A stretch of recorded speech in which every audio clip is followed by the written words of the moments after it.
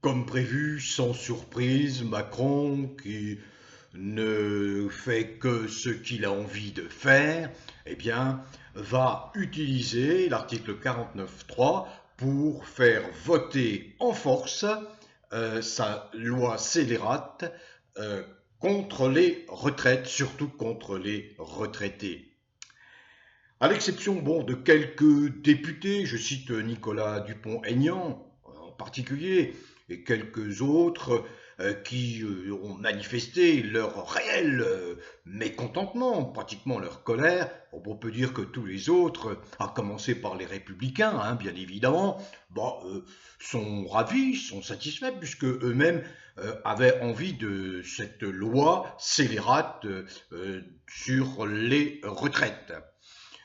On peut dire effectivement aussi que bien c'est un jeu de rôle, c'est un théâtre, cette Assemblée nationale, puisque les mêmes qui ont appelé sans hésitation à voter Macron à l'élection présidentielle jouent les surpris, jouent les offusqués, ne comprennent pas, en appellent au sens démocratique du déviant, psychopathe, pervers, pour modifier sa réforme. Mais ils rêvent.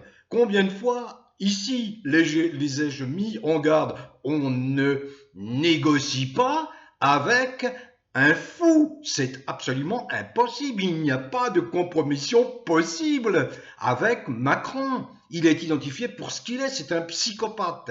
Et voilà, nous en sommes là. Nous en sommes là. Quel pays cette France macronienne, où l'on enferme des gens parce que ils ont le sens de leur pays, de la nation chevillée au corps. Je pense au capitaine Juvin Brunet, ou je pense à d'autres qui sont empêchés de s'exprimer.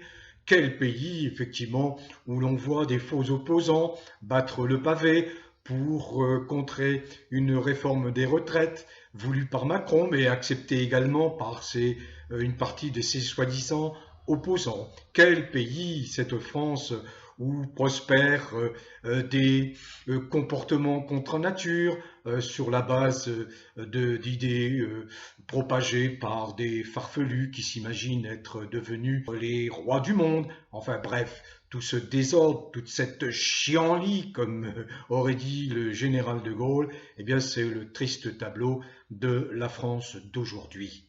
Alors, il est capital de se débarrasser de Macron, c'est ce que vous m'entendez vous dire depuis plus de 5 ans. Il est tout aussi capital de penser à l'après-Macron dès à présent, pour éviter une nouvelle et cruelle désillusion. Combien de fois vous ai-je expliqué, de façon la plus didactique possible, pourquoi la situation était figée? Pourquoi? Parce qu'il faut savoir analyser le contexte, la France, le pays France, ses règles de vie, ses règles du vivre ensemble. Tout cela tient dans ce qu'on appelle les institutions dont s'est doté le peuple français. Ces institutions sont contenues dans ce qu'on appelle une constitution. Revenons quelques décennies en arrière, revenons au moment où le général de Gaulle revient au pouvoir, nous sommes en 1958, il revient au pouvoir après des décennies d'instabilité, de désordre parlementaire, avec une instabilité chronique qui ne permet pas véritablement à la France d'être la France, de s'affirmer, de compter dans le concert des nations, mais surtout d'avancer sur le chemin de son destin et de servir les Français. De Gaulle arrive, il charge des rédacteurs de mettre sur pied une nouvelle constitution, la constitution de la Ve République qui doit succéder à la IVe République. Cette constitution reprend en son corps la Déclaration des droits de l'homme et du citoyen, reprend en son corps le préambule de la Constitution de 1946, entre autres éléments. Mais surtout, elle affirme un pouvoir exécutif fort. Elle est taillée sur mesure à un homme d'une dimension personnelle, historique, exceptionnelle. Un homme qui a démontré son courage face à l'adversité. Alors que, au moment où les nazis envahissent la France, beaucoup de politiciens baissent les bras et, mieux encore, tendent les bras à Hitler. Lui fait front. 5 ans après, avec bien évidemment l'appui énorme des Alliés, qu'ils soient états-uniens ou russes, il rend à la France sa liberté, son indépendance. C'est la France libre. Mais il faut bien comprendre ceci. La Constitution de la Ve République est taillée sur mesure pour un homme qui a la dimension pour exécuter avec le recul nécessaire, avec l'humanité nécessaire, cette Constitution qui lui confère des pouvoirs très importants. Mais jamais, au grand jamais, le général de Gaulle n'aurait imaginé que la Constitution qu'il a fait rédiger pour donner une stabilité à la France allait servir les desseins de gens qui ne sont absolument pas à la hauteur de la fonction de président de la République. À commencer par un Pompidou, tout de suite. Et ça, c'est un grand mystère. Pour moi, je n'ai toujours pas compris pourquoi De Gaulle a fait entrer au gouvernement un Pompidou qui était un directeur de chez Rothschild. Ensuite, aucun n'a véritablement été à la hauteur de Charles de Gaulle, mais catastrophe des catastrophes, on peut dire que le passage du septennat au quinquennat a consacré l'arrivée des indigents, des médiocres, des malfaisants, et avec le dernier en place, des déviants extrêmement nuisibles, qui inversent les valeurs, qui insultent les Français, qui fait tout pour les contrarier, pour les contredire.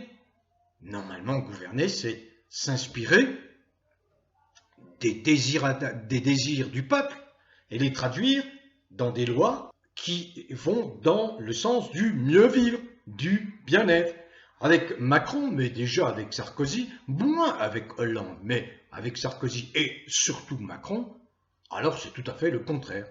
Ces gens-là sont des despotes, tyrans, dictateurs, déviants, psychopathes,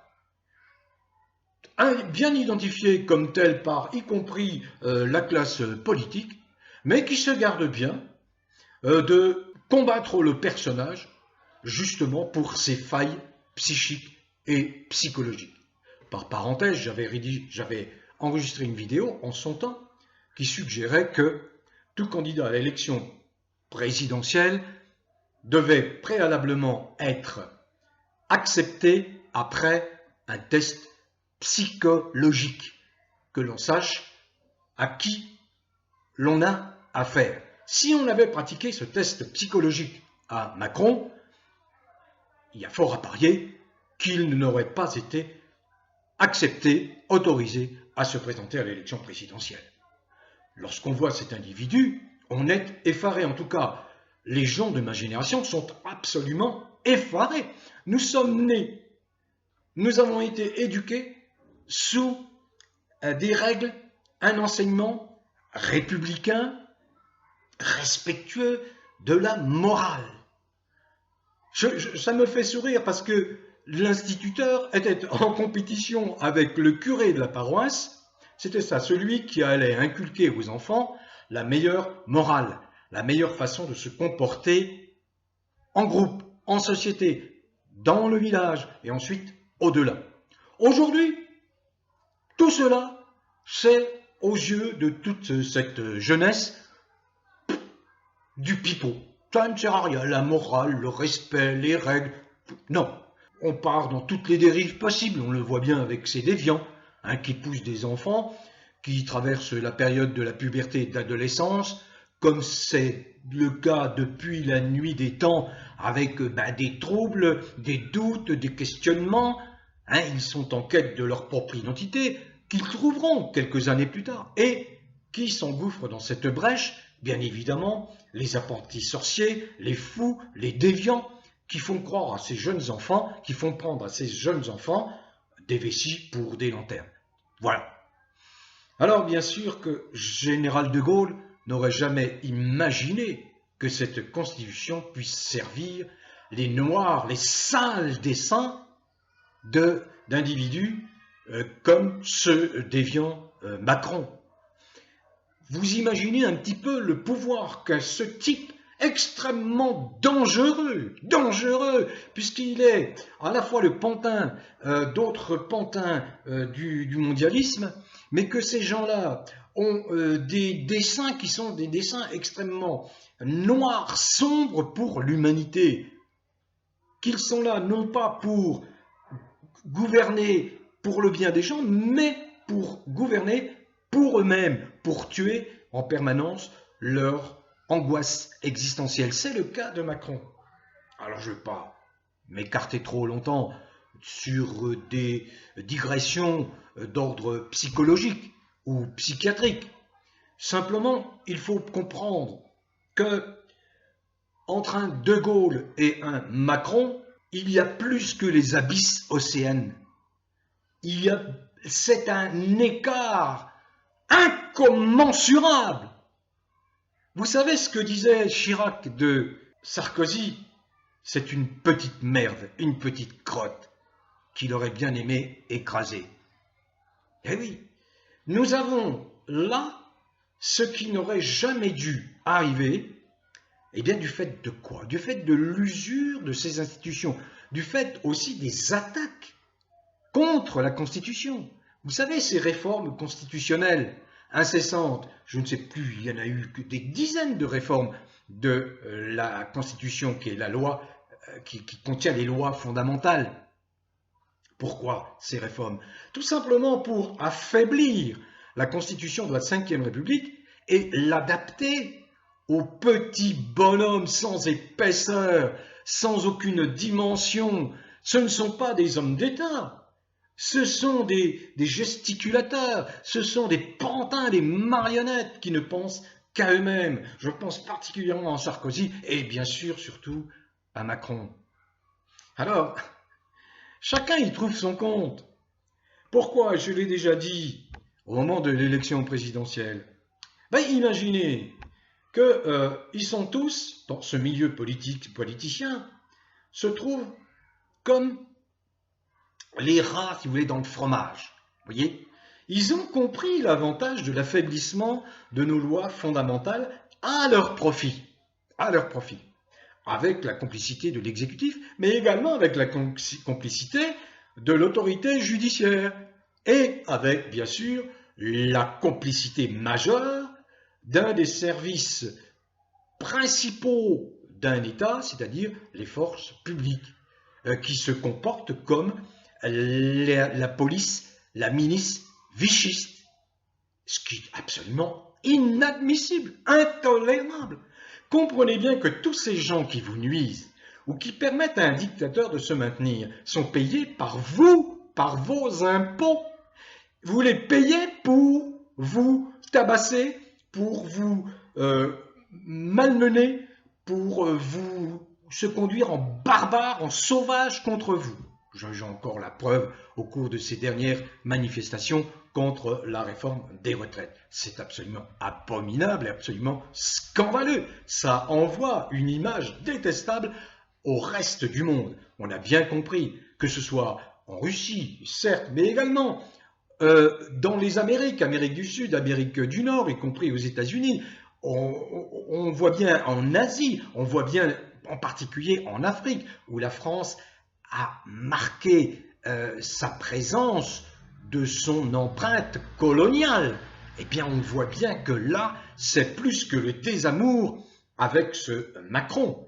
Il est honni, détesté, il est vomi. Voyez, et tous les pays africains, les uns après les autres, prennent leur distance avec la France, mais plus particulièrement avec Macron. Il faut bien comprendre que en Afrique, il y a des valeurs ancestrales qui ne peuvent être violées. L'homme, la femme, c'est deux êtres qui sont complémentaires. Il n'y a pas de confusion des genres possible. L'homosexualité n'y est pas autorisée officiellement. Elle est peut-être tolérée, mais elle n'est pas autorisée. C'est la même chose en Russie. Alors qu'en France, eh bien, c'est la débauche. La débauche. C'est-à-dire que des groupuscules se croient autorisés à tout, n'ont plus aucune limite, s'imaginent que la majorité des gens sont comme eux et ils veulent absolument imposer leur façon d'être. C'est là où on voit arriver les gens, les transgenres, les ceci, les cela, alors qu'ils sont une ultra-minorité qui relève en réalité de la psychiatrie, purement et simplement. Mais revenons à la politique et à la sociologie française. Eh bien, se sont constitués des îlots, des groupes au fonctionnement figé, qui fonctionnent à la manière de sociétés commerciales. Vous voyez, le financement des partis politiques, qui a été initié, je crois, sous Rocard, avait une inspiration qui était louable, qui était de dire, soyons clairs, essayons de faire en sorte de limiter les financements privés de manière à ce que les partis politiques ne soient pas sous l'emprise des influenceurs de tel secteur, la pharmacie, l'industrie, etc., etc. Non, mais on voit bien que ça ne marche pas, qu'en réalité, ces partis politiques ponctionnent l'argent des contribuables, mais il n'y a pas le retour attendu en direction des contribuables. Quand vous élisez un député, il va vous charmer avec ses boniments, puis vous allez avoir de la sympathie, parce qu'il va être sémillant, il va être un bon discoureur, une bonne élocution, il a de l'entre-gens, comme on dit. Mais ensuite, que fait-il? Est-ce qu'il vous écoute? Est-ce qu'il applique ce que vous lui avez demandé? Jamais, absolument jamais. Regardez ce qui se passe avec le vote de la réforme des retraites. Regardez le comportement absolument lamentable, odieux, scandaleux des républicains. Croyez-vous que les électeurs républicains ont demandé aux députés, les républicains, de voter cette loi scélérate? Non, pas du tout. Il suffit qu'il y ait deux ténors, deux chefs de file, Ciotti, Retailleau, etc., qui disent, non, au nom de la discipline de groupe, tout le monde doit voter, passer accord avec Macron, on s'arrange avec lui, puisque nous, on veut que les individus travaillent jusqu'à leur mort. Pas de retraite, pas de repos, pas de temps libre pour les gens qui atteignent l'âge de 60 ans. Voilà. Bien. Vous comprenez bien que ces gens-là n'ont pas été élus pour ça, et pourtant ils siègent à l'Assemblée nationale. Ceci pour vous dire quoi? Simplement que, dès lors que vous avez des groupes institutionnels, que ce soit des politiques, que ce soit des syndicats, que ce soit d'autres groupes, qui jouent un rôle, mais qui ne veulent pas aller au-delà du rôle qu'ils se sont donnés ou qu'on leur tolère. C'est la même chose pour la presse. La presse n'existe plus puisque la presse, qui était en état d'agonie dans les années 80, s'est faite racheter par les financiers. Et bien évidemment, que demandent les financiers à la presse? C'est de porter le message qui les intéresse.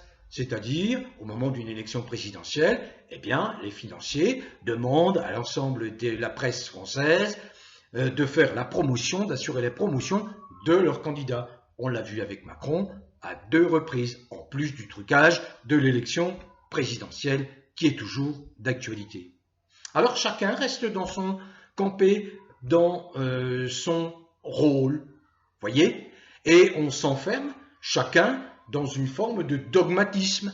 Chacun reste bien dans ses règles, préserve son précaré, ne se soucie absolument pas de ce que peut subir la masse des gens en France.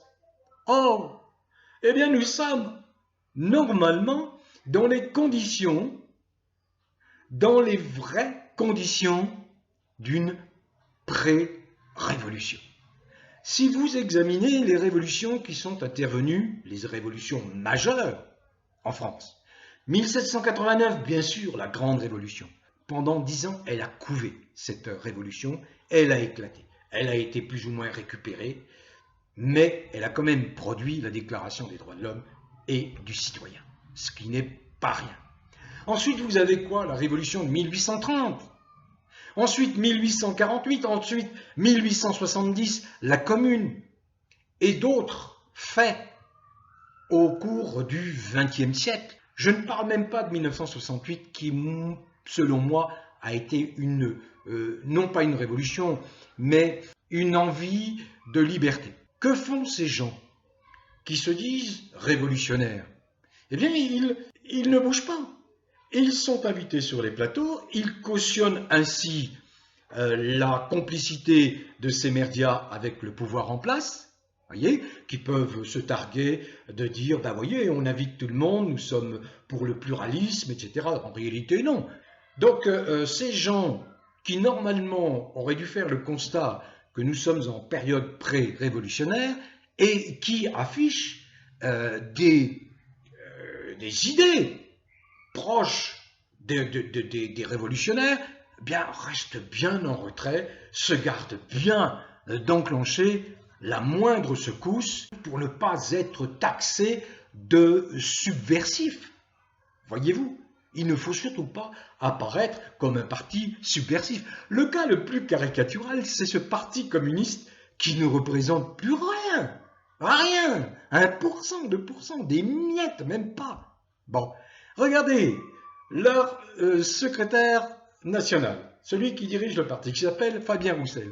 Il n'y a pas plus macronien que Roussel. Voyez, il n'a pas cessé de mettre des bâtons dans les roues à Mélenchon au moment de l'élection présidentielle. Il continue en permanence à mettre des bâtons dans les roues à la France insoumise, et ainsi de suite. Ce sont les jeux politiciens qui les intéressent. Le peuple, les Français, la souffrance des Français, ça, ils n'en ont cure. Ce n'est pas leur souci. Alors que, et je vais conclure là-dessus, il y a bien la solution qu'a avancée François Asselineau dès 2018, qui est la destitution de Macron, en vertu de l'article 68. Et Dieu sait que les manquements à la fonction sont gravissimes. Et il suffit donc de 58 députés ou 34, je crois, sénateurs pour simplement enclencher la procédure. Alors, bien sûr, les détracteurs disent « mais non, c'est pas possible ». Si, c'est possible d'enclencher la procédure. Ce qui est plus aléatoire, c'est le résultat. Mais qu'importe, parce que ce qui compte, c'est de jeter le discrédit sur le personnage Macron qui incarne le mondialisme assassin. C'est ce qui s'est produit pour le président états-unien Nixon en 1974-75. Il n'a pas voulu, si vous voulez, tomber dans le déshonneur et il a démissionné avant que la procédure d'impeachment arrive à son terme. Mais dès lors que des élus nationaux enclenchent une procédure de destitution contre le premier personnage de l'État du pays, cela déclenchera un coup de tonnerre, un coup de semonce, un retentissement mondial qui obligera Macron à se positionner et à s'expliquer. Voilà le but, qu'il s'explique. Et là, il aura affaire à des dossiers béton. Fausse crise sanitaire instrumentalisée, des morts du Rivotril, des violences, extrêmes violences contre les manifestants pacifiques, des millions de gens interdits de se soigner et ce, en infraction totale avec toutes les lois nationales, les textes internationaux, pour ne parler que de cela, et des lois abjectes qui mettent en danger les enfants. En un mot, depuis son arrivée au pouvoir, le comportement de Macron enfreint gravement à la fois la lettre et l'esprit de la Constitution. On n'attend pas cela d'un président arbitre, garant justement de la bonne application de la loi fondamentale. Lui, il est aux antipodes.